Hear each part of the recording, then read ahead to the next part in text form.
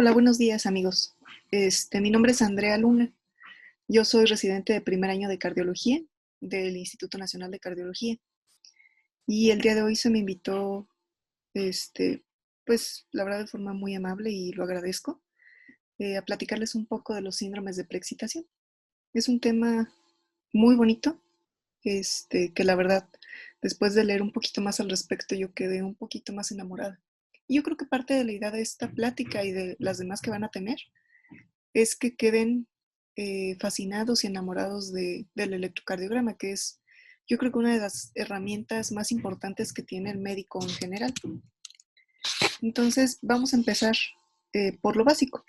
Yo creo que antes de irnos a cosas más avanzadas, tenemos que tocar ciertos conceptos que son muy importantes para poder entender el tema.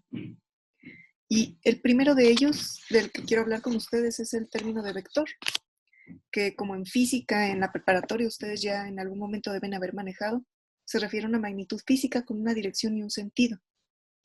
Es un término que ustedes deben tener sumamente claro para poder entender un electrocardiograma, porque finalmente todas las líneas que tienen un electrocardiograma se refieren a vectores.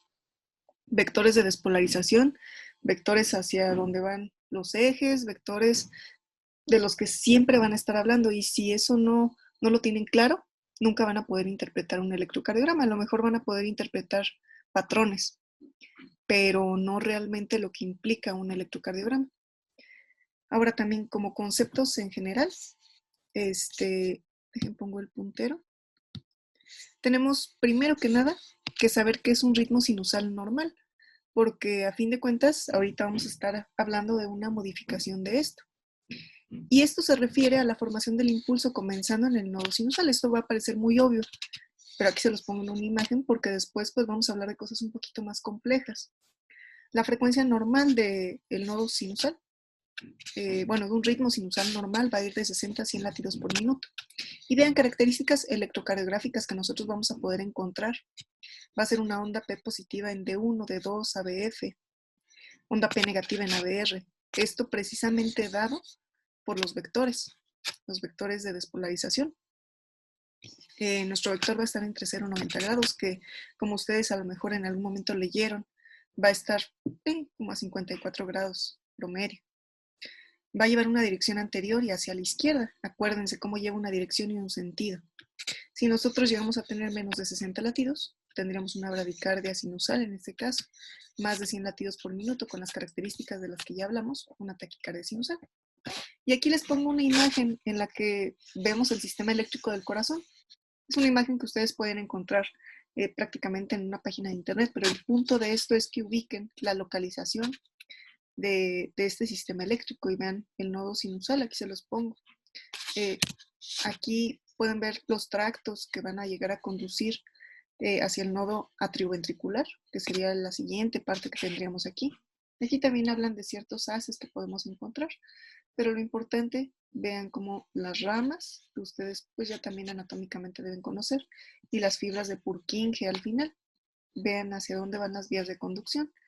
En este momento de su carrera yo creo que con que tengan claro estos términos básicos es suficiente para poder empezar a entender el electrocardiograma y este tipo de enfermedades de las que pues ahorita vamos a estar hablando. En cuanto a conceptos generales también, es importante que sepan a qué se refiere uno con vía accesoria, porque de eso es de lo que vamos a hablar en esta clase, finalmente.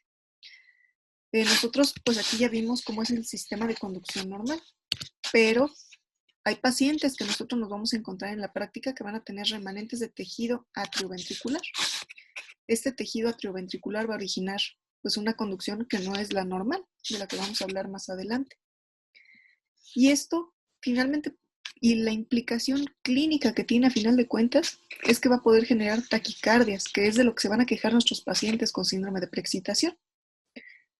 También en la clínica, más adelante en las diapositivas, vamos a hablar de este tipo de taquicardia y de la forma en la que se van a dar. Pero antes de llegar a eso, quiero que también entiendan ciertos conceptos de los que vamos a hablar para que no nos hagamos bolas. Son conceptos muy lógicos, pero que a veces cuando se usan tantas palabras pueden llegar a ser confusos, por eso se los pongo aquí. Entonces vean como una conducción anterógrada, como su nombre lo dice, es un movimiento hacia adelante. Retrógrada, movimiento hacia atrás. Lógico. Ortodrómico. Recuerden cómo en las definiciones, ortos es correcto. Entonces, ortodrómico sería un impulso propagado de forma correcta. Y antidrómico, de incorrecto, un impulso propagado de forma incorrecta. Ahora, otro término que me parece vital, importante, que igual dominen, es el periodo refractario efectivo, que a lo que se refiere es el intervalo de tiempo en el que una célula excitable no puede volver a despolarizarse ni transmitir un nuevo potencial de acción a la siguiente célula. Esto, a final de cuentas, va a ser importante, ya que va a haber diferentes vías de conducción, y si hay una vía que alcance a la otra en un periodo refractario, pues va a haber un momento, un intervalo de tiempo en el que esa célula no se va a poder despolarizar. Y entonces es cuando va a haber esta conjunción de vías que va a acabar desencadenando probablemente una taquicardia. Y vean esta imagen bonita de un libro de electrofisiología que encontré. Habla del ritmo sinusal normal y cómo normalmente conducimos a través, de atrios a ventrículos, o sea, de una forma anterógrada, y puede haber dos vías, una rápida y una lenta.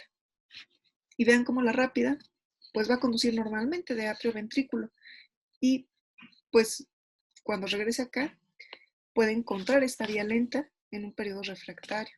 Entonces no la va a excitar y va a seguir conduciendo de esta forma, de una forma correcta. Sin embargo, cuando se encuentren vías que a lo mejor no se encuentran en ese periodo, tengan periodos más largos, más cortos, es cuando podemos llegar a tener pues este tipo de taquicardias. Ahora también hablando de taquicardias, es importante que ustedes también sepan que la reentrada no es el único mecanismo que hay. La reentrada pues nos referimos a este tipo de situaciones en las que se juega con estos periodos refractarios y a final de cuentas entra en un círculo vicioso y se desencadena pues toda esta taquicardia. Hay otras formas en las que se pueden generar las taquicardias, de las que no vamos a hablar ahorita porque no tiene tanto sentido que andemos en eso. Pero recuerden que no es la única. Ahora, como definición, quiero también que entiendan estos conceptos. Las vías auriculoventriculares accesorias son fibras que van a comunicar la aurícula o el nodo AB con el ventrículo por fuera del sistema normal de conducción. Creo que esto es fácil de entender. Las fibras que están ahí, que están fuera del sistema normal y que van a acabar conduciendo.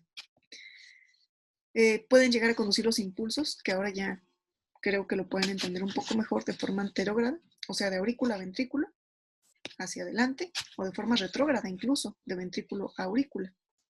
O también hay ocasiones en las que pueden conducir en ambas direcciones.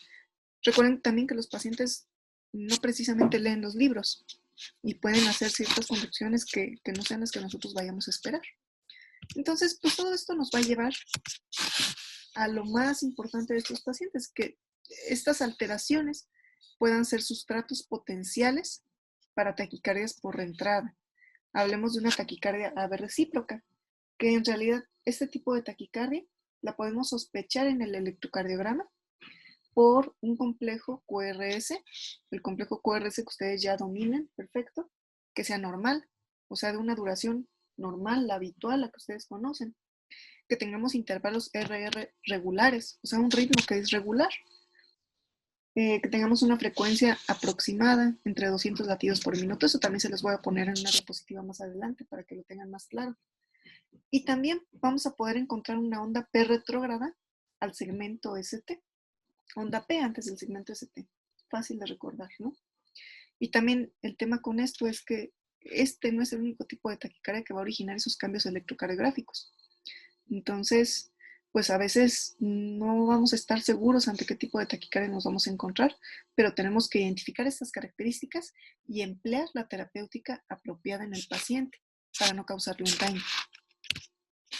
Entonces, también en conceptos, hablando de vías accesorias, sabiendo que estas están fuera del sistema de conducción normal, podemos llegar a tener tres caminos principales. El camino miocardio auricular al miocardio ventricular, o sea, anterógrado, como hablábamos hace rato.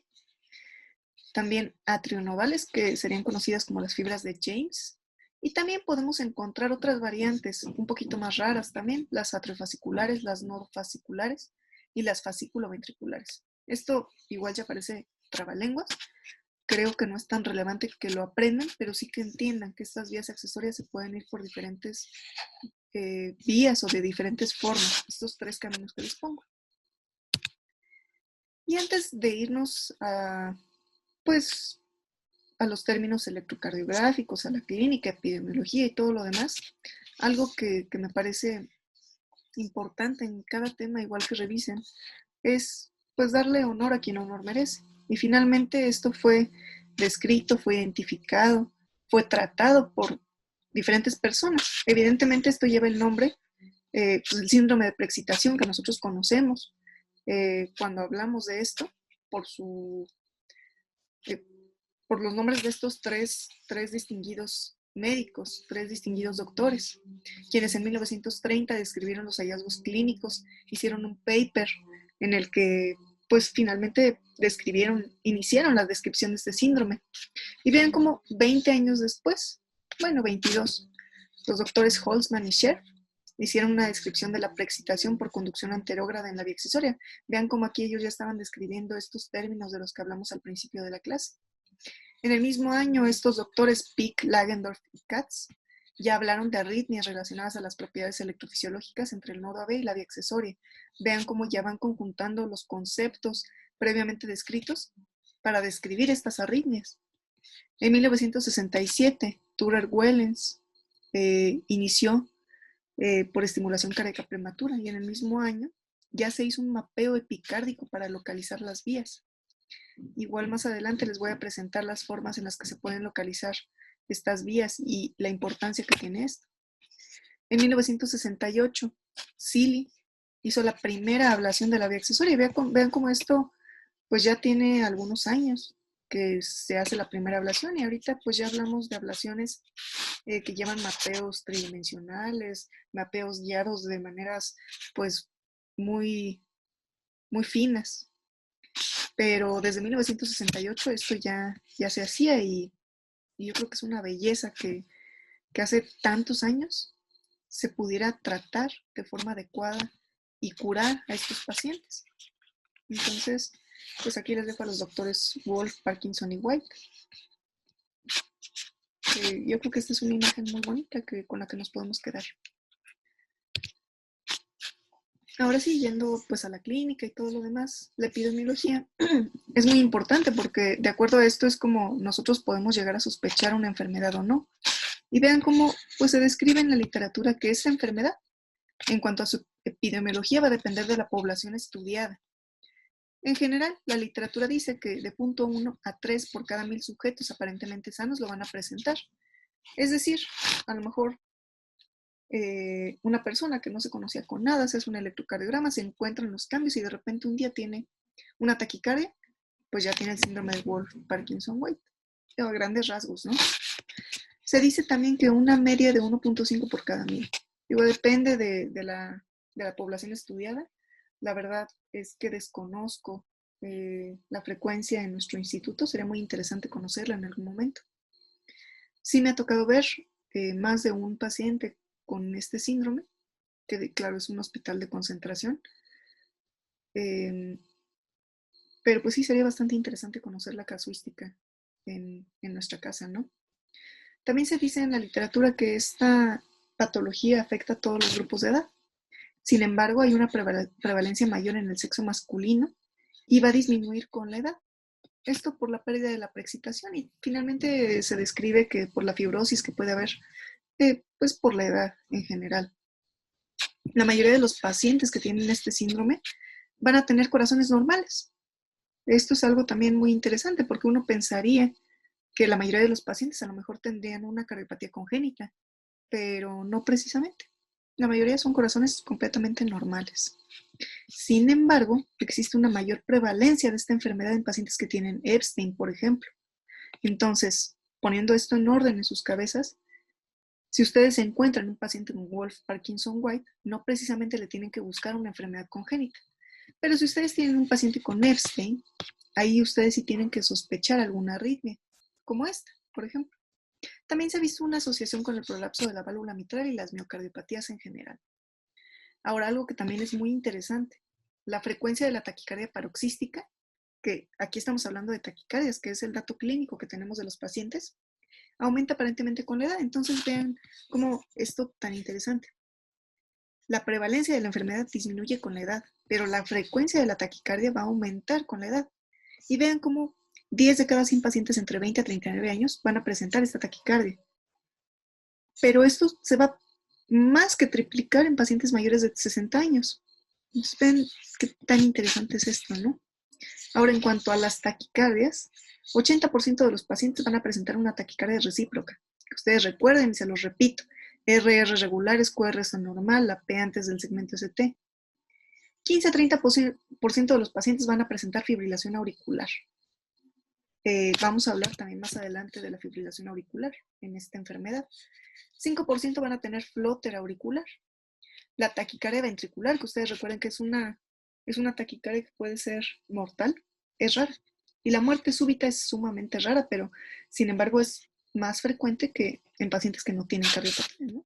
En este tipo de enfermedad. Por esto mismo, en pacientes seleccionados va a ser necesario, pues probablemente hacer una prueba de esfuerzo, un estudio electrofisiológico. Esto finalmente lo va a decidir el cardiólogo o incluso el electrofisiólogo, que es la alta especialidad en arritmias. Pero creo que es importante que sepamos nosotros, pues que a lo mejor se deben emplear estos diagnósticos y tratamientos a final de cuentas. Ahora, otra cosa también importante y muy interesante es que la vía accesoria puede ser congénita. Entonces, vale la pena, en especial cuando se llega a repetir en la familia, pues estudiar a los familiares, digo, cuando menos, hacerles un electrocardiograma. Yo creo que, al menos después de esta charla, ustedes van a tener la capacidad de poder identificar las características electrocardiográficas de esta enfermedad y tomar una decisión al respecto de qué le pueden ofrecer o no a los pacientes. Ahora, otra cosa importante e interesante para el cardiólogo y a lo mejor el electrofisiólogo, se los dejo como dato curioso o algo que a lo mejor ustedes pues, pueden encontrar interesante, es la frecuencia de la localización de las vías accesorias. También les voy a poner unas imágenes para que lo vean, lo entiendan. Pero puede haber vías accesorias, y se los pongo en orden de frecuencia, de la pared libre izquierda, posteroceptales, de la pared libre derecha o anteroceptales, otras también, pero estas serían las más frecuentes. El corazón tiene muchos lados. Esto es pues dónde vamos a encontrar esa vía accesoria y la importancia que tiene la localización, además de que sea muy bonito ver un electrocardiograma y decir, pues la vía está en tal lugar, y que se vea muy fino y que a lo mejor uno se vea como el gran cardiólogo identificando las localizaciones. Para el tratamiento, que generalmente se va a emplear una ablación, es mucho más fácil saber dónde tú ya piensas que está localizado y entrar un poquito más directo y sabiendo lo que puedes encontrar que yendo a ciegas. Bueno, entonces, ahora sí, yendo de lleno al síndrome de preexcitación, es importante que ustedes entiendan, y yo creo que de las cosas principales que a lo mejor incluso puede ser preguntable en exámenes a lo largo de su carrera, es saber que síndrome de preexcitación es un nombre que va conjunto cuando aparecen las taquiarritmias. Si ustedes en un electrocardiograma de un paciente en la consulta, de un familiar, de un amigo que les manda su electro, ven esa onda delta característica de la preexcitación, pero no ha tenido arritmias, no lo pueden llamar síndrome de preexcitación. Espero que ese término haya quedado claro, porque creo que es de lo más importante, saber qué significa el nombre. Y en cuanto al síndrome de preexcitación, nosotros vamos a poder tener impulsos auriculares que activen todo el ventrículo o parte de él, que sería la conducción anterógrada, recuerden, o impulsos ventriculares que activan toda la aurícula o parte de ella. Aquí sería retrógrado. Entonces, pues tendríamos una conducción antes de lo previsto. Esto si el impulso viajara únicamente por el sistema especializado de conducción normal. O sea, sería antes de lo previsto que si viajara por el sistema especializado de conducción normal. Espero haberme dado a entender. ¿Y todo esto por qué va a ser?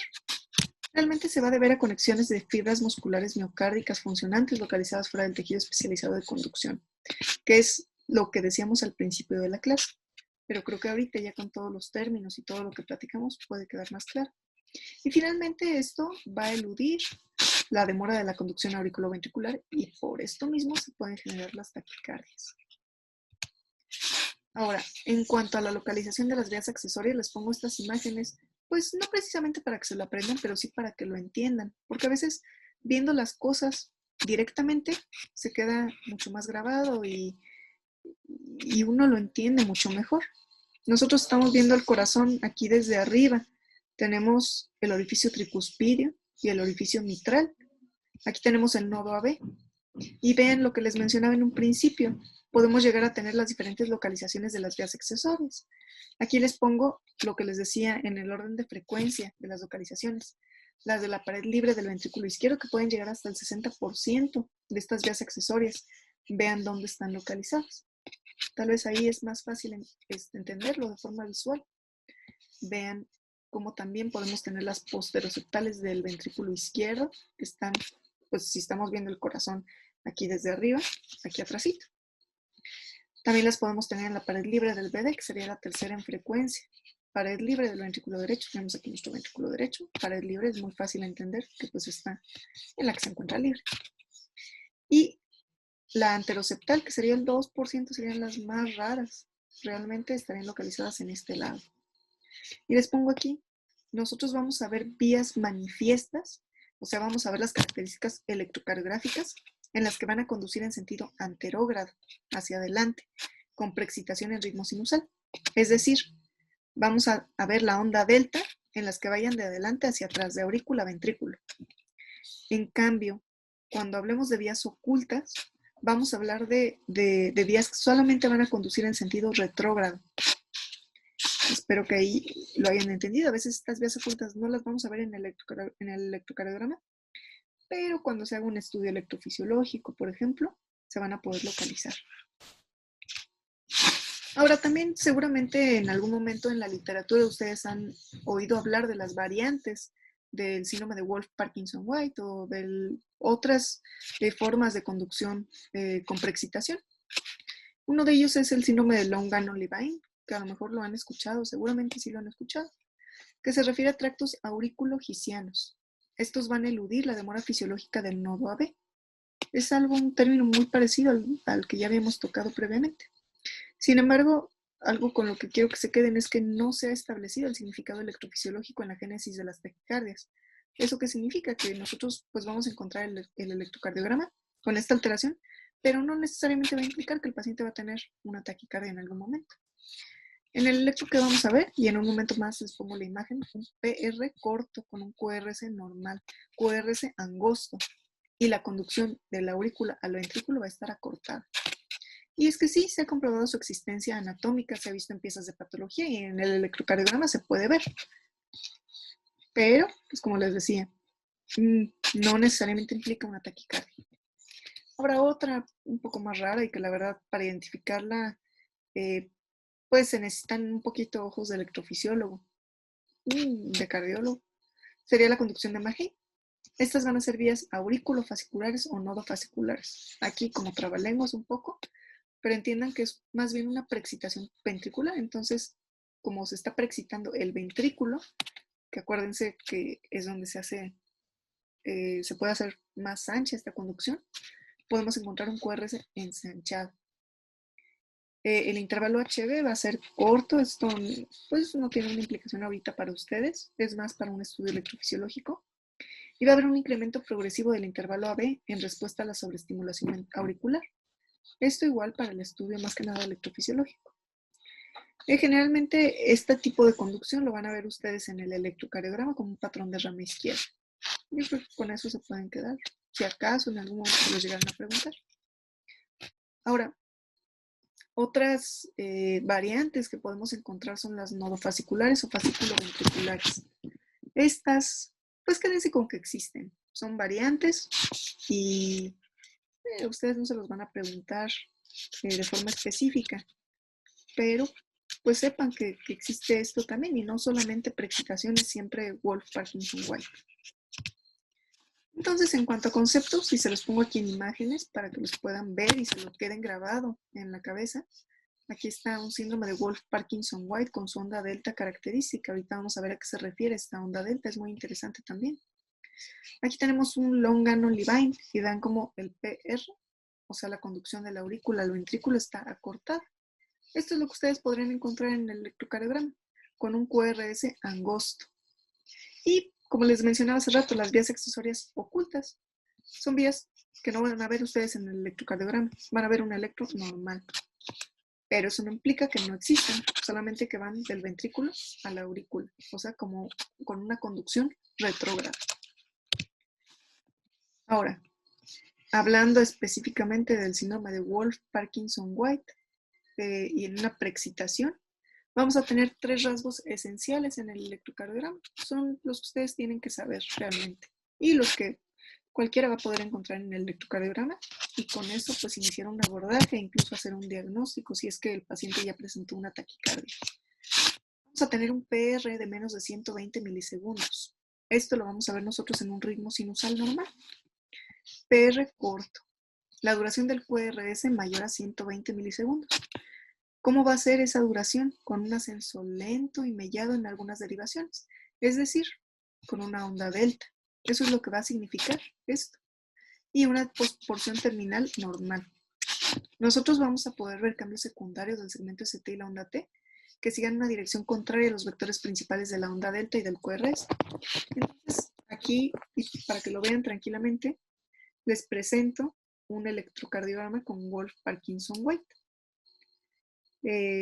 Este electrocardiograma es muy bonito y es realmente de casa, por eso igual yo creo que es muy bonito, en el que ustedes pueden ver el intervalo PR de menos de 120 milisegundos. Ven, pues aquí podemos ver estos PRs. Realmente la P no se ve tan clara hacia distancia. Pero lo que sí está clarísimo en este electro es que el QRS va a ser mayor a 120, pero con este ascenso lento y mellado, es decir, con la onda delta. Está bonito. Entonces ya saben ustedes si alguien les enseña un electrocardiograma así, porque a veces, créanlo o no, ustedes ya al estar simplemente estudiando medicina se vuelven los médicos de la casa. Y hay cosas que ustedes ya van a poder identificar a simple vista y hacer diagnósticos, pues con estos conocimientos que ustedes van adquiriendo poco a poco. Entonces, pues grábenselo en la memoria, es un electrocardiograma muy bonito. Y seguramente en el transcurso de su carrera y de su vida van a ver alguno de ustedes tomándolo directamente. Y es algo bonito poder identificar este tipo de situaciones. Ahora, una taquicardia habitual, una taquicardia recíproca, ¿cómo la vamos a ver? Como les mencionaba hace ratito, las características. Un QRS de duración normal. Vamos a tener un ritmo regular, como en este electrocardiograma, con frecuencias ventriculares de 150 a 250 latidos por minuto, con comienzo y terminación bruscos. Y pues vean cómo esto al final de cuentas va a influir en qué es lo que vamos a, o cuál es la decisión que vamos a tomar para terminar el episodio agudo. Porque muchas veces no vamos a poder discernir o identificar que se trate de una taquicardia por reentrada o que a lo mejor se trate de una taquicardia por, o sea, también de reentrada, pero del nodo AB. Hay pacientes que llegan a urgencias con estas taquicardias y uno pues toma el electrocardiograma, ve que tiene la taquicardia, que es una taquicardia por reentrada, pero en ese momento no se pone uno a hacer medidas, a hacer diagnósticos finos, sino hay que resolver el momento y vamos a hablar de los tratamientos más adelante. Nada más ahí lo que quiero que me entiendan es que pues sí hay que poder identificar, pero hay que saber qué hacer. Ahora aquí pues les pongo las características electrofisiológicas de la preexcitación, les pongo algunas premisas para que traten de entender más que nada la fisiología de esto. Entonces les pongo aquí entre comillas la magnitud de la contribución a la despolarización ventricular del frente de ondas de cada ruta, o sea, esa conducción hacia el ventrículo por cada una de las rutas va a depender de los tiempos de activación relativa y esto va en relación a lo que yo les platicaba desde un principio, a estos tiempos refractarios. Y vean cómo demoras en la conducción del nodo AB que van en esta premisa y en esta premisa, vean aquí, demora en la conducción del nodo AB, va a permitir que se conduzca esta despolarización con activación por la vía accesoria, que es lo que nosotros vamos a ver frecuentemente en estas taquicardias. Y si pasa esto, si se demora la conducción AB y conduce por la vía accesoria, pues vamos a llegar a ver complejos QRS más anómalos. En cambio aquí, vean, si la vía accesoria está relativamente alejada del nodo sinusal, esta vía accesoria está muy lejos, como es la vía accesoria lateral izquierda, que es esta de aquí. O sea, vean cómo está muy bien alejada del nodo sinusal.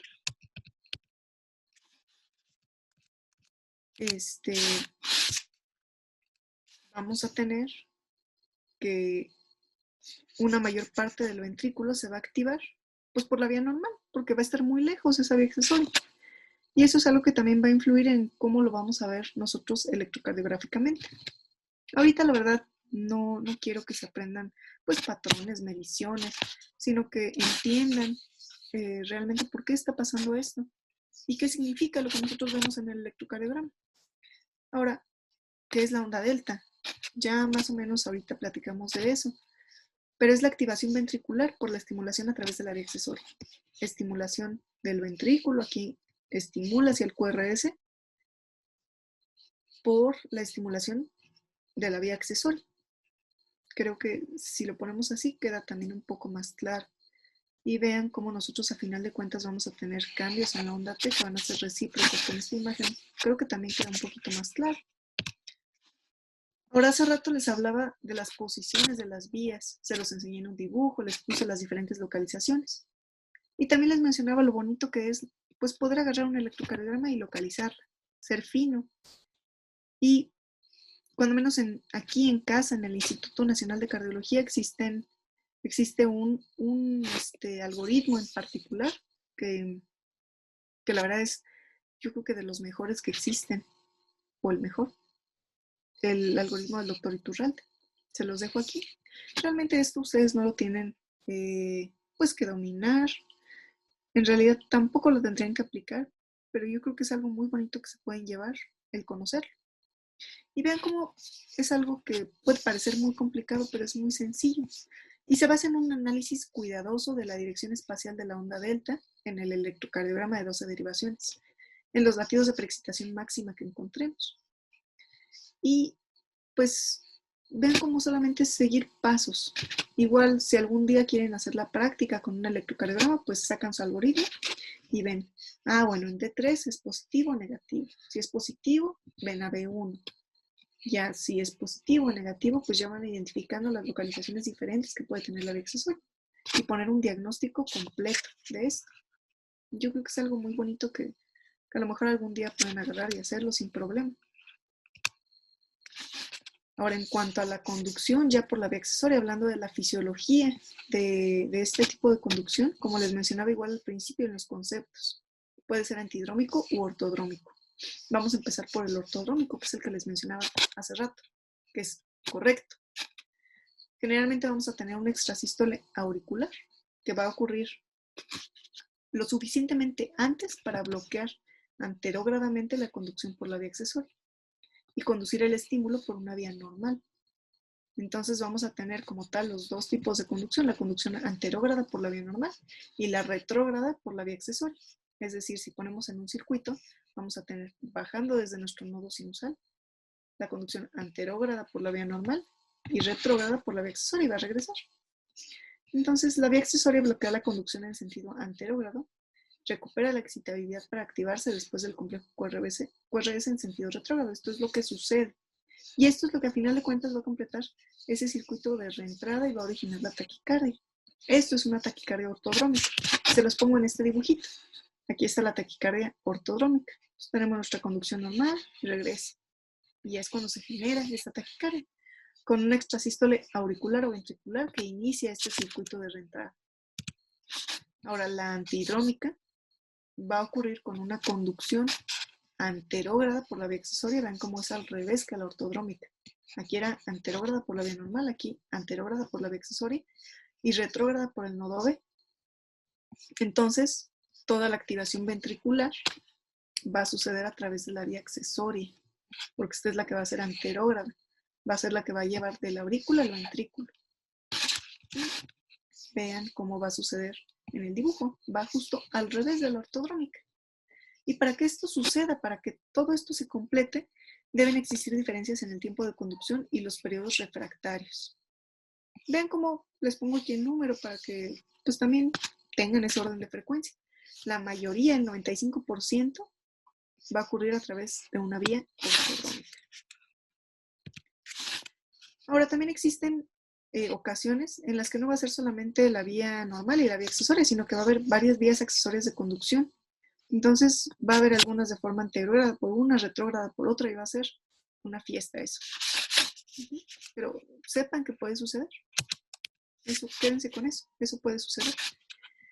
Y aun cuando la vía accesoria va a conducir con más rapidez que el nodo AB, pues esta vía va a ser mucho más rápida. Va a ser una carretera. Sepan que generalmente posee un periodo refractario más duradero durante los ciclos largos.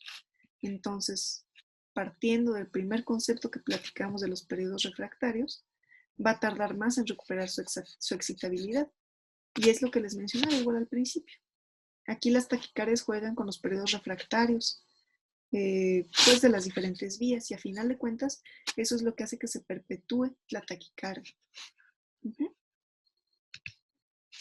Ahora también sepan ustedes que en cuanto al Wolff-Parkinson-White, no solamente hay la taquicardia recíproca, que es de la que hablamos y es lo más frecuente y es lo que les van a preguntar, sino que puede haber otros tipos de taquicardia, y el tener un Wolff no los va a eximir de presentar otros tipos de taquicardia. Hay pacientes que tienen fibrilación auricular y pueden tener Wolff-Parkinson-White y tengan un electrocardiograma de Wolff-Parkinson-White con una vía de preexcitación y además tengan una fibrilación auricular.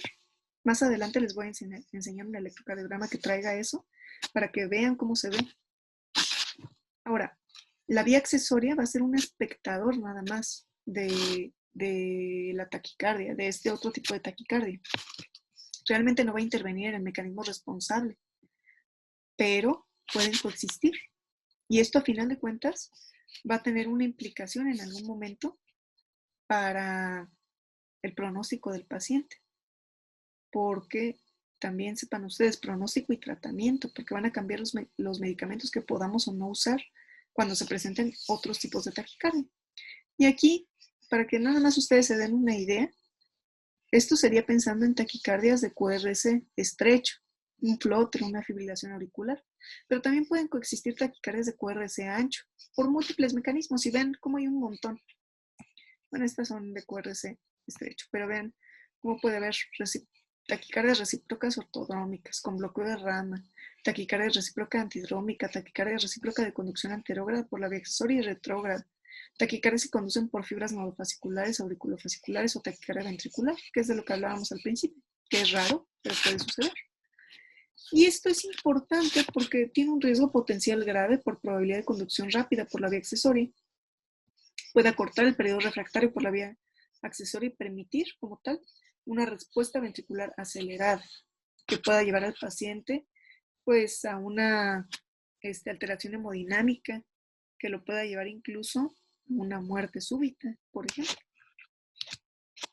Ahora, ustedes creo que tienen que dominar en particular, pues cuál va a ser el cuadro clínico de los pacientes que van a ver, porque muchas veces los pacientes pues van a llegar a urgencias, van a llegar a su consulta, van a llegar a su servicio social diciéndoles, pues sabe que tengo palpitaciones. Y de ahí hay una gama impresionante de cosas que pueden estar sucediendo. Puede ser una taquicardia por entrada, intranodal, puede ser un Wolff-Parkinson-White, pueden ser extrasístoles aisladas, puede ser una taquicardia sinusal, que no tenga ninguna repercusión. Puede ser que el paciente tenga alteraciones tiroideas, que tenga un hipertiroidismo. O, ¿qué tal que realmente es ansiedad? Entonces, ustedes también tienen que saber qué es lo que le tienen que preguntar al paciente para que su mente se vaya de un lado al otro. Y en este caso, Generalmente los pacientes van a referir palpitaciones regulares, que es algo que ustedes le tienen que preguntar directamente al paciente. Si siente que su corazón palpita de forma regular, que sean de inicio y fin súbito. Y generalmente ese paciente va a decir que cuando le empiezan estas taquicardias, presenta disnea, presenta mucha falta de aire, o incluso en ocasiones va a presentar dolor torácico o síncope. Entonces, pues el cuadro clínico se lo resumo en 3 líneas, pero al momento de hacer una semiología ustedes tienen que ir preguntando directamente y orientando al paciente, porque muchas veces, y eso los va a pasar en incontables ocasiones, va a llegar el paciente y les quiere decir, pues él cómo sintió, cómo se sintió, va a llegar asustado también, refiriendo pues mucha ansiedad, y no va a saber ni por dónde empezar.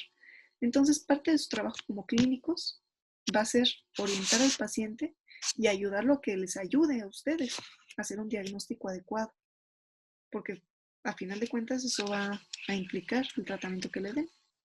Y también sepan ustedes que muchas veces en su clínica particular o incluso si ustedes trabajan en algún lugar en especial, hay veces que no van a tener acceso a un electrocardiograma y tienen que saber qué es lo que le tienen que orientar al paciente, qué le van a decir.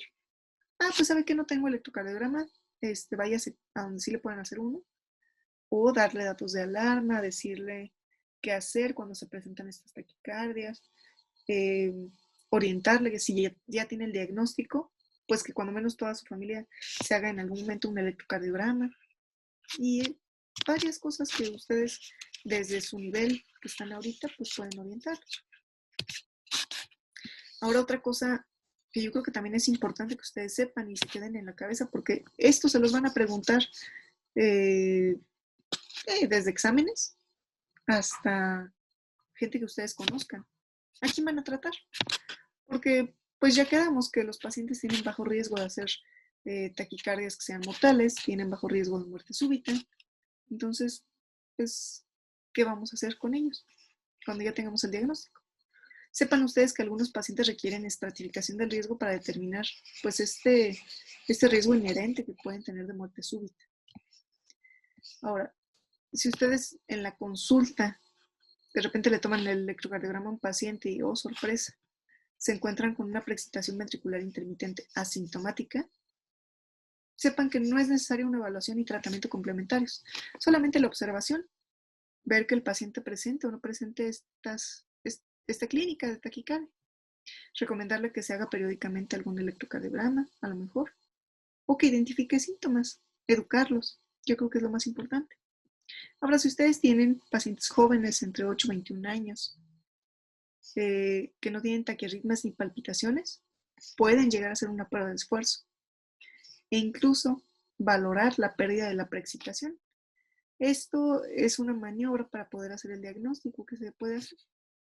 Y si es dudosa, incluso considerar un estudio electrofisiológico. Ahora, lo que es claro también es que pacientes con episodios frecuentes de taquicardia sintomática, de taquiarritmia sintomática, van a precisar como tal tratamiento. ¿Y cuál va a ser el tratamiento? Existen dos posturas principales. El primero, y que yo hace rato cuando hablamos un poquito de historia, y pues yo la verdad cuando estuve en primer contacto con este tipo de tratamientos quedé absolutamente maravillada, es la ablación con catéter. Es una técnica, la verdad, maravillosa y que sorprende mucho que desde los años 60 se esté haciendo. Y consiste, como su nombre lo dice, en introducir un catéter, buscar la arritmia y materialmente quemar. Hay muchas técnicas, hay muchas formas de hacer esto, pero a final de cuentas es lo que hacen estos médicos. Y acuérdense de las localizaciones que veíamos hace ratito. El doctor que hace esto mete su catéter y se va directo hacia donde piensa que está la vía accesoria. Claro, hoy día ocupando pues sus mapeos, que pueden ser tridimensionales o incluso con un registro electrofisiológico. Pero es algo hermoso esto de la ablación con catéter. Y los pacientes pues quedan curados.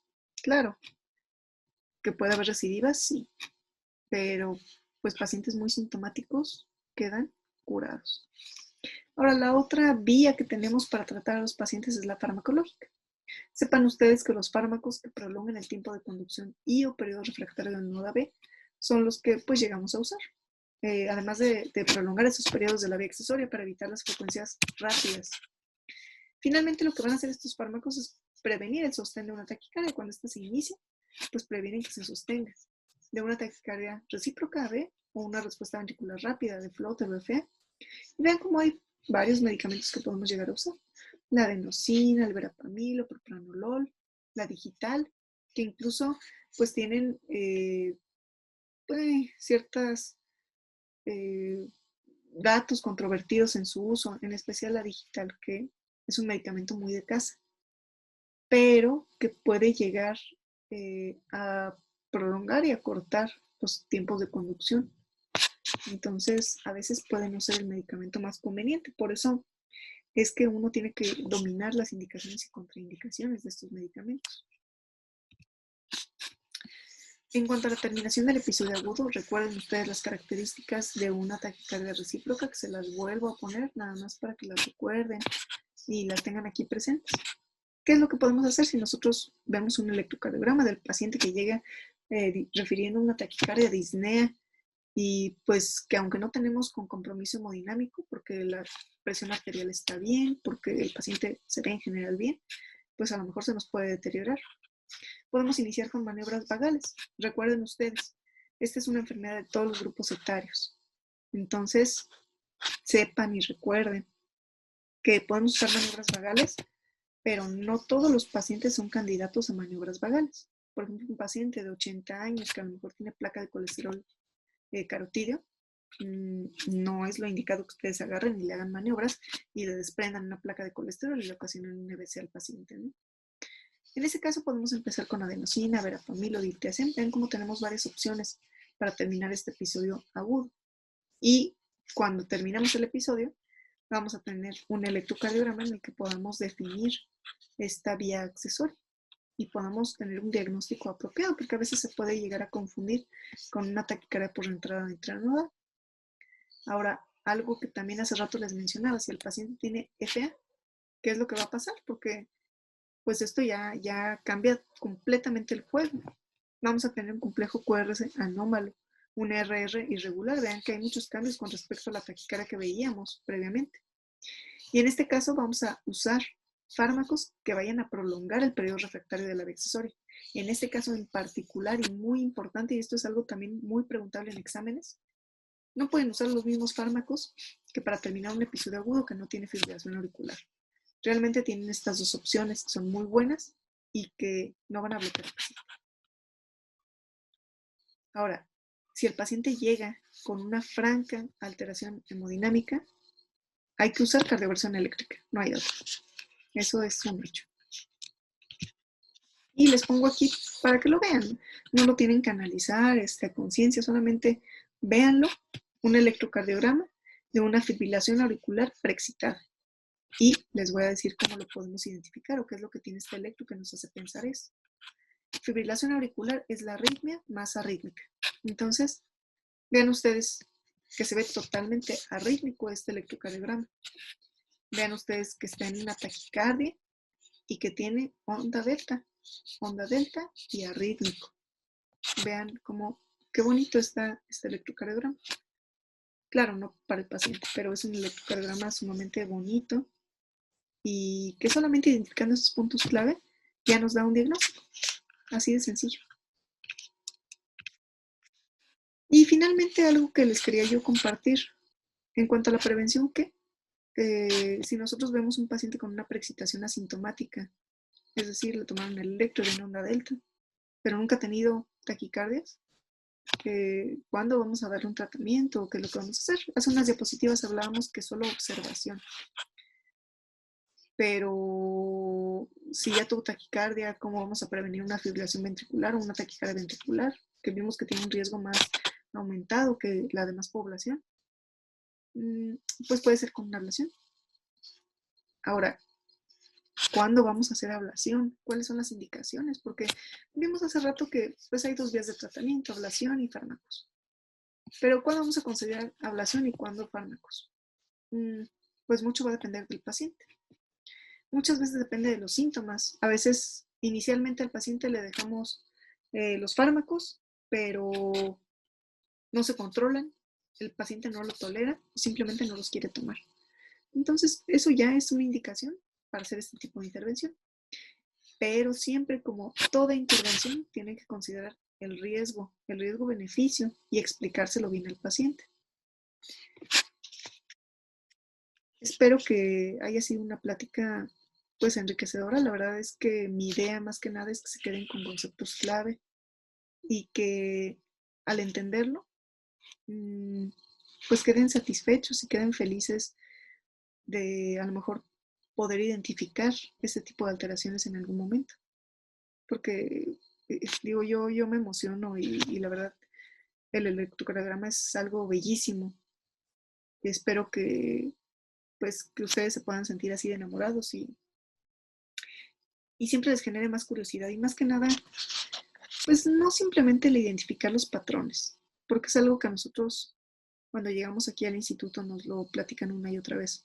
El electrocardiograma no se trata de decir, tiene onda delta y ya quedarse con eso, sino de decir, pues el vector va de aquí para acá y entonces esa onda delta se produce por esta activación auriculoventricular, por esto y esto y esto, y llevar una línea de pensamiento dirigida y con eso hacer un diagnóstico y con eso decidir qué medicamento le vas a dar al paciente.